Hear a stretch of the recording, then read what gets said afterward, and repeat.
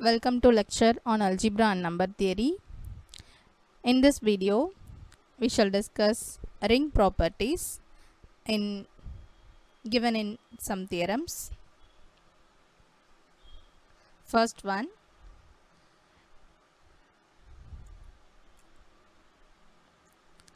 in any ring R, plus, dot, the zero element Z is unique and the additive inverse of each element is unique. We shall see the proof. Suppose if R has two zero elements, that is the additive identities, say Z1 and Z2, then with Z2 as the identity and Z1 as any element, by the definition we have Z1 plus Z2 is equal to Z2 plus Z1 is equal to Z1. Similarly, with Z1 as the identity, we have Z2 plus Z1 is equal to Z1 plus Z2 is equal to Z2. That is, when you treat Z1 as identity, the result will be equal to Z2. When you treat Z2 as identity, the result will be equal to Z1. So from these two equations, we see that Z1 is equal to Z2. Hence, the additive identity must be unique. Next, we shall suppose that there are two additive inverses for a particular element A belonging to R, say B and C. Then, by the definition of the additive inverse, when you add A with B or B with A, it will result in the zero element Z. Similarly, when you add A with C and C plus A will be equal to Z.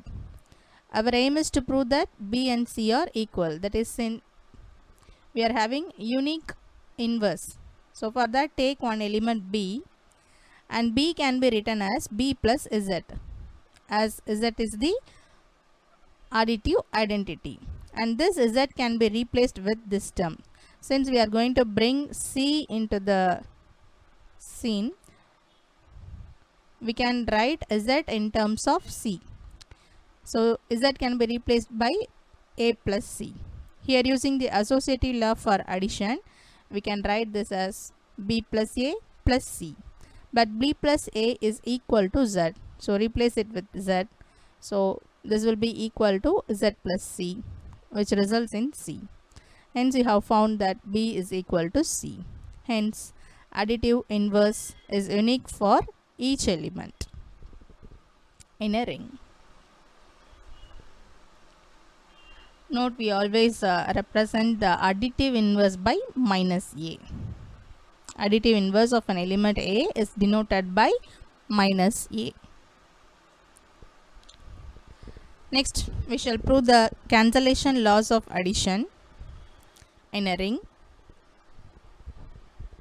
For all elements A, B, C in a ring R with the additive operation with plus and dot as its operation, we have if A plus B is equal to A plus C, then B is equal to C. Similarly, if B plus A is equal to C plus A, then B is equal to C.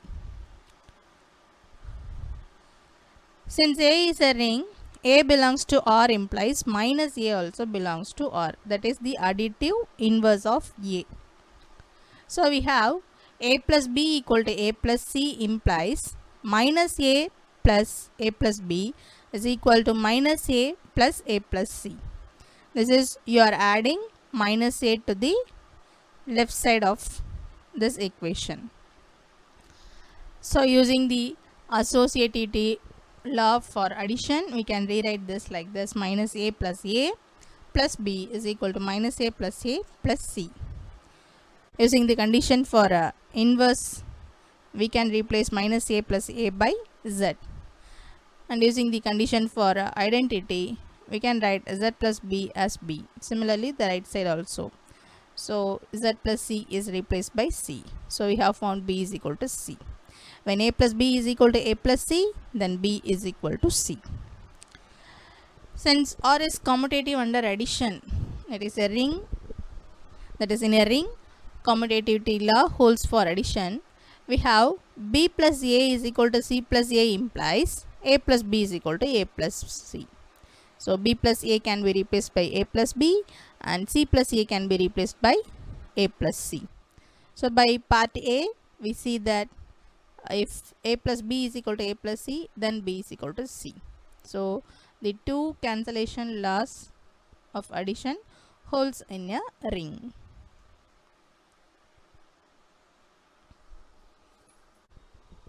Next theorem. For any ring R comma plus comma dot and any element A belonging to R, we have AZ equal to ZA is equal to Z.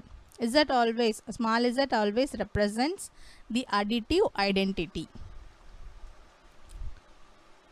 So when you are multiplying any element with the additive identity, it will result in that element additive identity itself. Since Z is the identity under addition, we can write Z as Z plus Z. So when you add Z any number of times, the result will be Z only. Also, so we have AZ is equal to A into this Z can be replaced by Z plus Z. Using the distributive law in a ring, we can write this as AZ plus AZ. But as Z is a identity, normally AZ can be written as AZ plus Z. So Z can be added to any element so that it doesn't affect the value. So comparing these two equations, you have AZ plus AZ is equal to AZ plus Z. So by the left cancellation law which we have proved now, we can cancel this AZ on the left side. So AZ is equal to Z. Similarly, we can prove that ZA is also equal to Z. So when 0 element is multiplied with any element, it results in 0 element only. This theorem gives the reason why minus into minus is plus. Given a ring R comma plus comma dot, for all a comma b comma c belonging to R, minus of minus a is equal to a into minus b is equal to minus a into b is equal to minus of ab. And third one, minus a into minus b is equal to ab. This minus represents that it is a additive inverse of a. So we have to remember that this is not the normal minus which we use for addition. This is the additive inverse. This represents additive inverse. We shall see the proofs one by one. First one, if minus a is the additive inverse of a, then by the definition a plus minus a is equal to minus a plus a is equal to the 0 element z. But from here you can see that the additive inverse of minus a is a. First we have taken minus a as the additive inverse of a. Now we can rewrite this so that the additive inverse of minus a is a. Since the inverse is unique, from the above equation, the additive inverse of minus a is a. That is, in notations we write additive inverse of minus a is a. That is, minus of minus a is equal to a. Next, part B. So this minus of AB is the additive inverse of AB. Now we have to prove that A into minus B is also an additive inverse of AB. To prove this second one, we are going to prove A into minus B is the additive inverse of AB. For that you consider AB plus A into minus B. So by distributive law, we can take A common out. So resulting will be A into B plus minus B, which is nothing but A into Z. We have already proved that AZ is equal to Z for any element A. Hence we have obtained that AB plus A into minus B is equal to Z. Similarly, we can prove that A into minus B plus AB is also equal to Z. So A into minus B is the additive inverse of AB. Hence in notation we write a into minus b is equal to minus of ab. Similarly, we can prove that minus a into b is also equal to minus of ab. That is, minus a into b is equal to the additive inverse of ab. So next we have to prove third one, minus of a into minus b. So this can be replaced by minus of a into minus b. This is using the second property. Second condition we have proved, minus of a into b. There you can take minus outside from the first element. So like that we have taken minus outside from the first element. Here you are having minus of a into minus b. Again, by the second condition, a into minus b can also be written as minus of ab. So this can be replaced by minus of minus ab. But minus of minus is found to be plus, or minus of minus is ab can be written as simply ab using the condition a.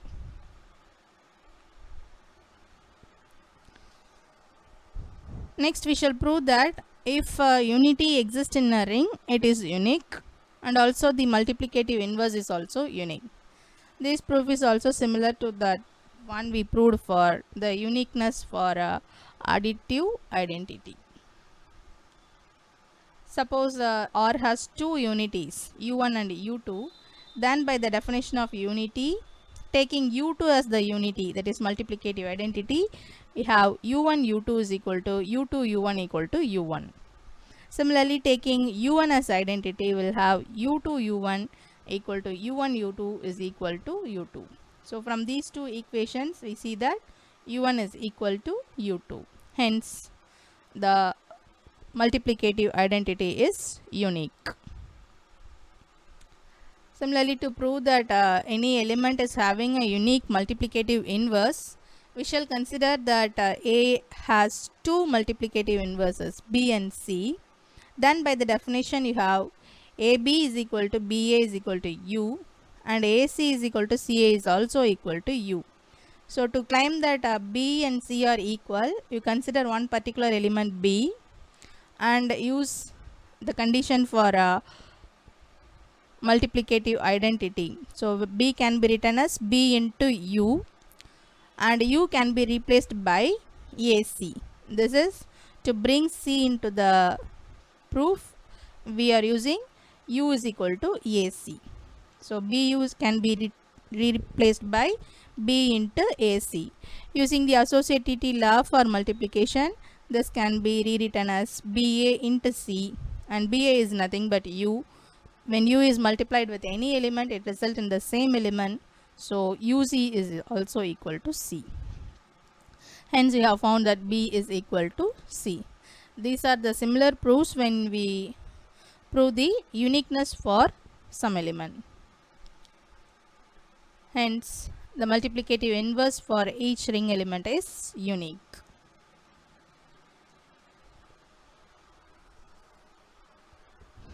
Next theorem.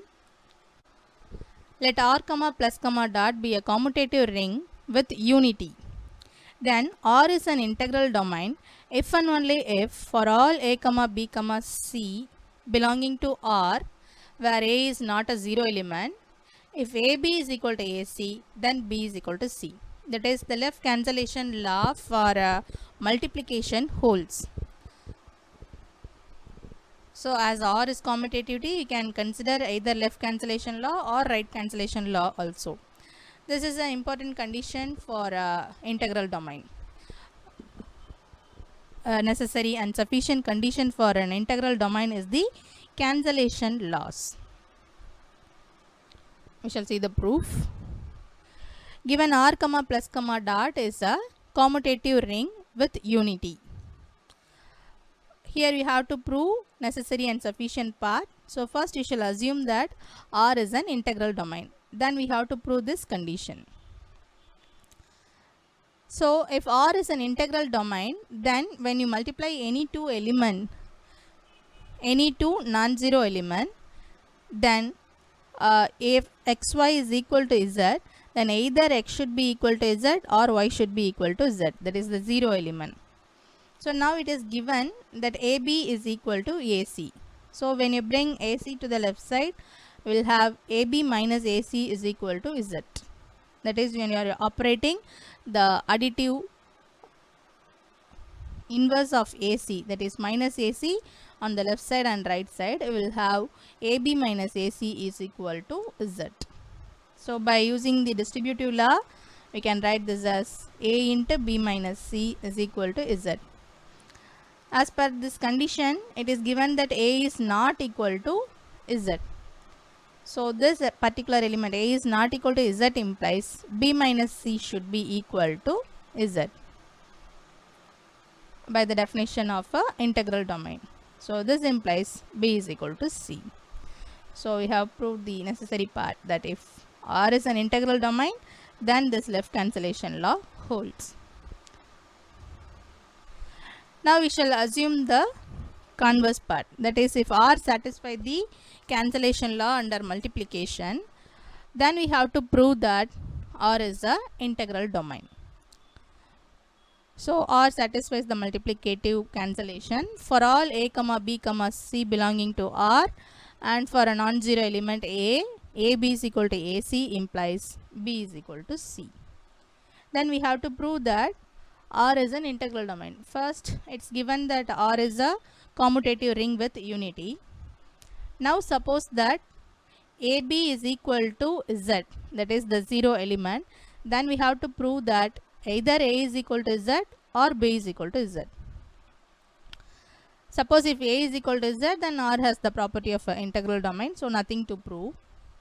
If A is not equal to Z, then AB equal to Z implies AB is equal to AZ.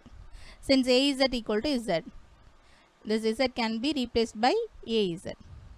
So bring AZ to the, so by left cancellation law, which we have assumed to be true for this set R, here A can be cancelled and we have obtained B is equal to Z. So if A is not equal to Z, we have obtained B to be equal to Z. Hence, there are no proper divisors of 0 in R. Thus, R is an integral domain.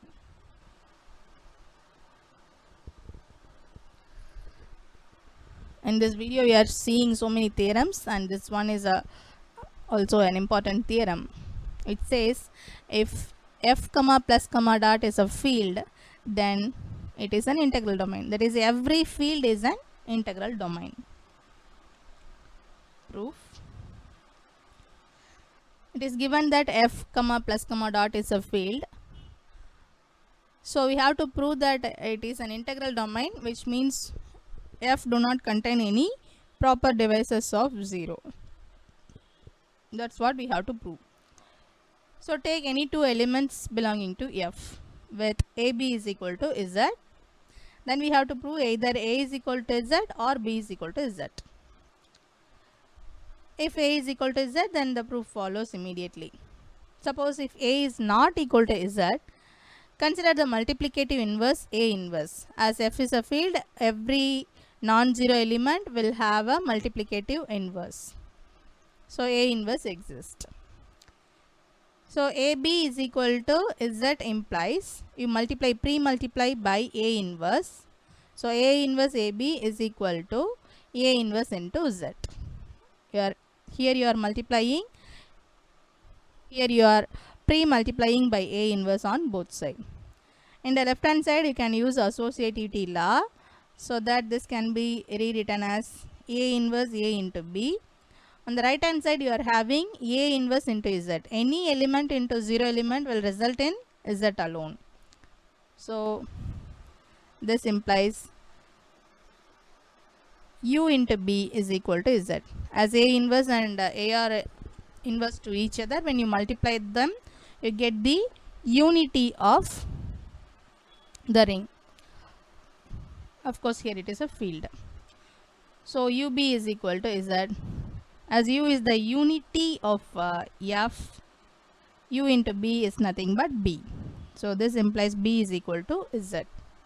Hence, we have taken AB is equal to Z, and we have assumed that if A is not equal to Z, then B is equal to Z.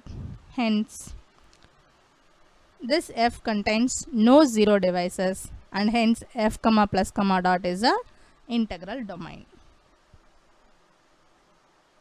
And finally, an important theorem which says that a finite integral domain is a field.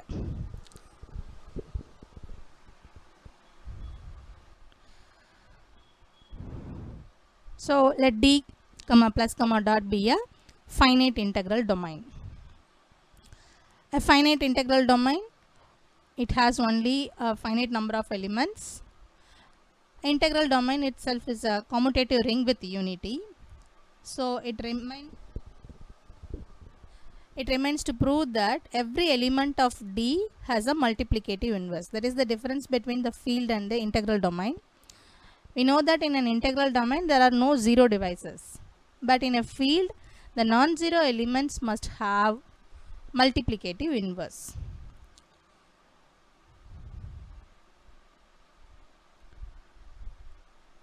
So now let us take the finite elements of D to be A1, A2, etc. An with modulus of D is equal to n. So these are all distinct elements of D. Consider an element A belonging to D with A is not equal to Z. So A is equal to any one of these elements only, but to find a inverse, multiplicative inverse of A, we are considering one particular element A belonging to D with A is not equal to Z. We claim that AD is equal to D. So AD is nothing but A into A1, A into A2, etc. A into An. This will be contained in D because D is closed under multiplication. So to prove that AD is equal to D, it remains to prove that D is contained in AD. For that, if suppose modulus of AD is equal to n, then obviously AD is equal to D. If the number of elements in AD is less than n, then for some I not equal to j, AI is equal to A into AI is equal to A into AJ. Then only the number of elements will be lesser in AD. So we have assumed that if modulus of AD is less than n, then this condition holds. That is A into AI is equal to A into AJ, which implies by the necessary and sufficient condition for integral domain, the cancellation law under multiplication holds, so that this implies AI is equal to AJ, which contradicts that they are distinct. We have collected only distinct elements of D, and here I is not equal to j implies AI is not equal to AJ. Thus modulus of AD should be equal to n. So AD is equal to D. As U belongs to D, U belongs to AD also. As we have proved AD is equal to D, U belongs to AD also. But every element of AD will be of the form A into some AK, A suffix K. So U is equal to A into AK for some 1 less than or equal to K less than or equal to N for some K. Thus we have found a multiplicative inverse for A. So A into AK should be equal to AK into A is equal to U.